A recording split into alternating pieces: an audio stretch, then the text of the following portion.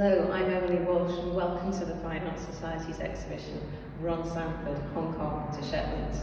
I'm going to take you on a tour of the exhibition, starting here with his work from Hong Kong. He went to live there for a few years before the handover, and after that moved to Shetland, and we'll go to the work upstairs later. Much of Ron's working life before Hong Kong was working for architects on commissions. Eventually, he had enough of it, and he decided to go to Hong Kong, encouraged by Norman Foster, who he'd done a number of projects for. Norman told him to go and look at his new building, the HSBC building, and here it is in this picture called Poor Soul. Ron recalls walking into a smart central Hong Kong hotel and seeing a full soul on a plate on a glass table. Back in the studio, he's pulled it together with the layers, as you see here. The restrictive nature of taking architectural commissions Ron were released when he came to Hong Kong. He found an affordable way of living, plentiful subject matter, and he refers to his time living on Lamma Island as paradise. This is a village that loosely translates as Banyan Tree Bay, and you see a small harbour that was used at this point for sampans and dragon boats. And you can see the preparations for the Dragon Boat Festival already with the lanterns lit up. In the foreground, you have squatters' huts, immaculately built out of packing cases. Ron recalls seeing beautifully turned out school children on their way to Hong Kong Island, and then returning here to these where they lived free. The sea particularly interests me. I love the scratching out. Upon arriving in Hong Kong, Ron looked up an ex-student of his, Lamma. They were to get together, get married, and they had a child, a daughter, Ming. Here Lamma lies beneath a mosquito net, sleeping. This drawing is taken from Kowloon side, looking towards Hong Kong Island. Ron recalls the day as being a tremendous storm coming along, far worse than is depicted in the picture. And out of nowhere, a little strip of primitive fishing boats came along, highlighted against this magnificent 20th century skyline. At the end of a peninsula in Lamma was a deserted village. It was deserted because on the other side of the mountain there was a quarry and explosions took place every day.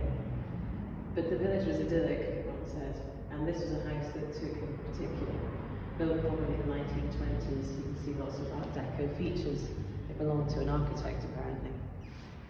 Ron liked the village because it exposed the difference between 20th century land exploitation and rural life. This is the underside of a horseshoe crab.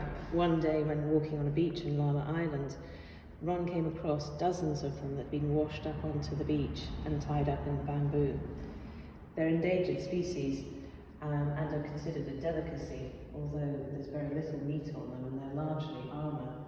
One of the things that appealed to Ron was the fact that it looked prehistoric and the outer shell rather like a medieval helmet. Ron long had a fascination for the English painter George Chinnery and visited Macau a lot, not just to try and hunt down where George Chinnery lived, but also to draw the architecture, the Portuguese architecture that you can see here in the front of the church building.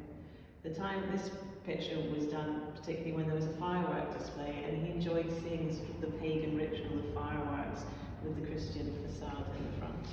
When visiting Little Hong Kong, or Aberdeen as it's known, Ron walked across a bridge and looked down upon what he looked like a disused junkyard.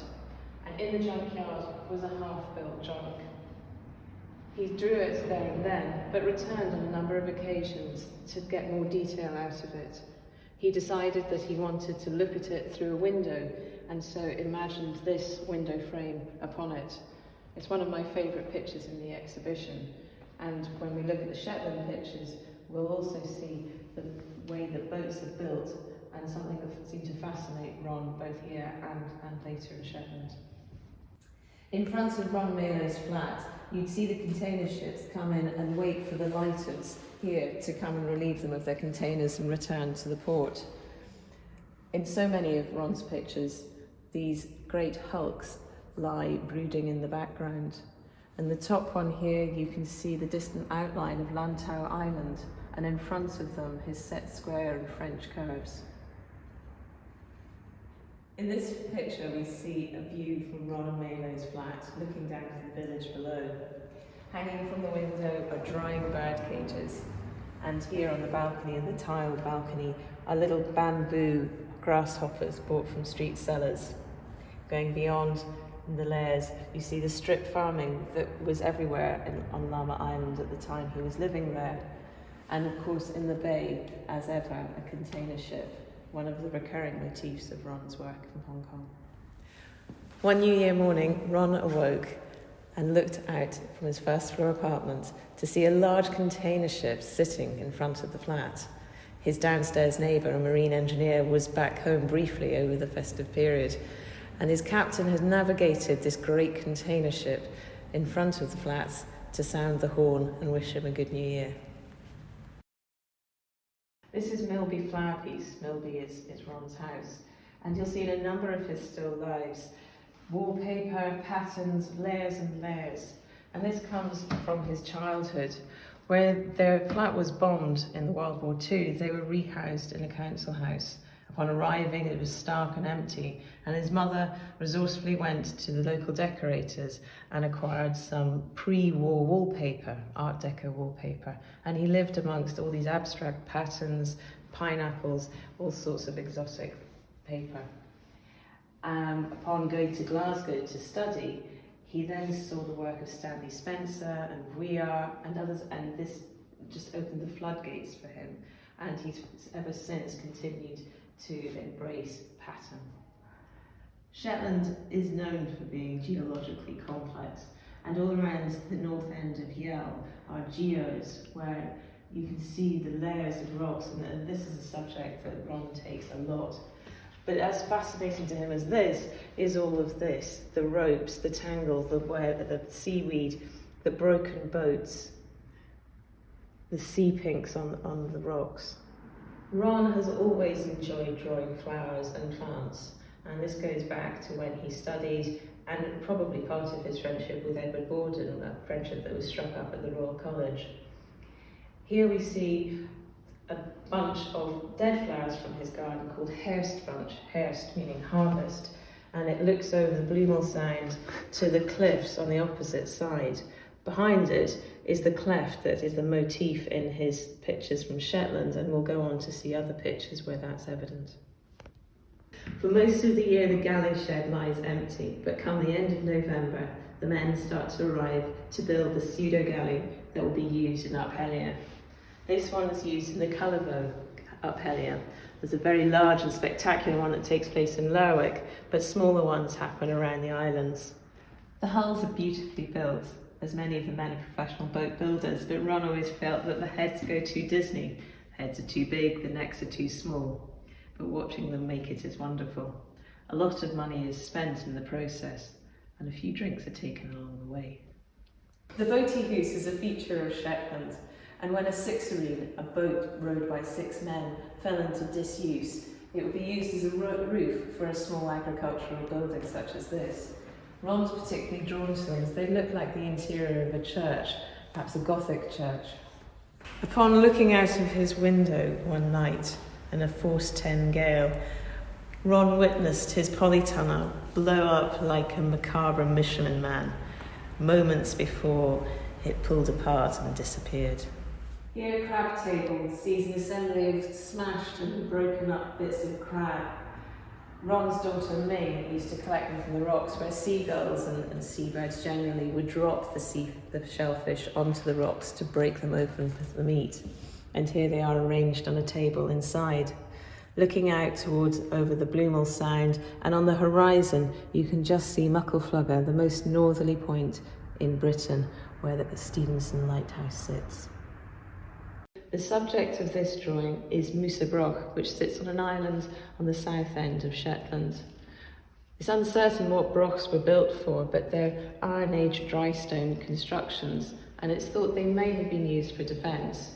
Norsemen came to Shetland regularly, and perhaps the locals took refuge inside these. This is in remarkable condition. In the foreground, as ever, Ron has taken the flora and fauna in front of him, and the flax seeds seem to exude a certain degree of defiance. This is Rose, the flitboat, And until the 1960s, when oil was discovered in Shetland, these were the boats that were used to take people from island to island. They fell into disuse and disrepair, and this particular boat was bought by someone at the time, sawn in half for reasons unknown, and Ron still sees it knocking around. These are what Ron refers to as his protest pictures. It's what he finds washed up on the beach. What goes into the sea decades before will always end up being spewed back up.